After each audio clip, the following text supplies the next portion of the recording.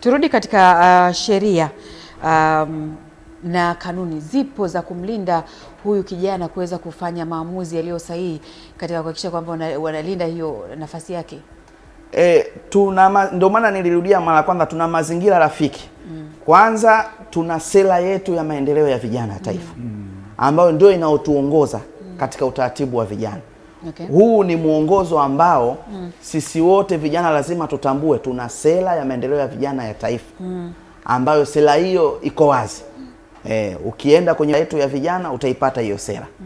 Ukiingia kwenye website ya wizara pia utaipata hiyo sera ya maendeleo ya vijana. Sera yetu pia imeweka mazingira rafiki. Namna gani ya ushiriki wa vijana, namna gani italinda maslahi ya vijana, namna gani italinda mazingira rafiki ya vijana, namna gani vijana anatakiwa ajishirikishe katika ngazi za maamuzi, namna gani vijana wanaweza kujiajiri, fursa wanazopata kupitia serikalini, sekta binafsi, kwenye NGO. Mazingira yote hayo yameelezwa katika sera yetu ya maendeleo ya vijana ya taifa. Okay. Umezungumzia issue ya changamoto ambayo vijana kutokuelewa nafasi yao ili kuweza kufanya sasa maamuzi ambayo ni sahihi. Kuna mikakati ambayo pengine inaweza ikatusaidia kwa kijana ambaye yuko shule, yuko chuo, yuko tu mtaani, ambaye pengine aweze kujitambua na kuelewa umuhimu wa kwenda kuanza kufanya maamuzi sasa, kupata ya kuweza kuchaguliwa pengine kufanya maamuzi. Mikakati hususan kwa sisi wadau wa sekta NGO tutoa elimu kwenye kupitia vyuo vikuu tulivyokuwa navyo, lakini tumeendelea kuwa na kongamano mbalimbali. Taasisi ya Doyodo pia ni taasisi ambayo inaratibu jukwaa kubwa la maendeleo ya vijana linalofahamika kwa jina la Tanzania Youth Development Forum. Na jukwaa hili, ndugu mtangazaji, huwa tunafanya pale Dodoma. Na kwa mwaka huu tumelifanya pale mwezi wa 5. Limekutanisha zaidi ya vijana 600 kuzima.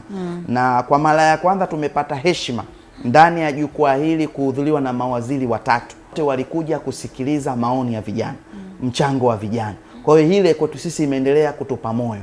Doyodo pia imeanzisha mijadala ya kitaifa ya ushiriki wa vijana katika ngazi za maamuzi barabara.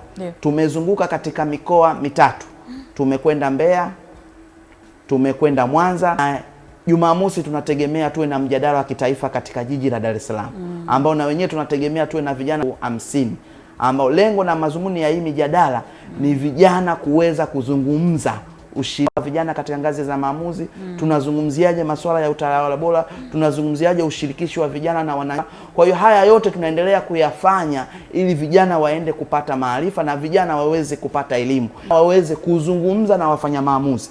Napozungumza wafanya maamuzi nazungumzia serikali, kwa sababu wao ndio wanaosimamia na sheria. Kwa hiyo tunawaleta pamoja baina ya makundi ya vijana bila kujali itikadi ya dini, siasa wala mahali anapotoka. Tunakutana kwa Utanzania wetu na tunazungumza kwa maslahi mapana ya taifa letu. Kwa hiyo sisi kama Doyodo tunaendelea kuzunguka kwenye mikoa kutoa elimu, vijana washirikishwe, lakini vinapataje fursa kwenye maeneo yao wanayotoka.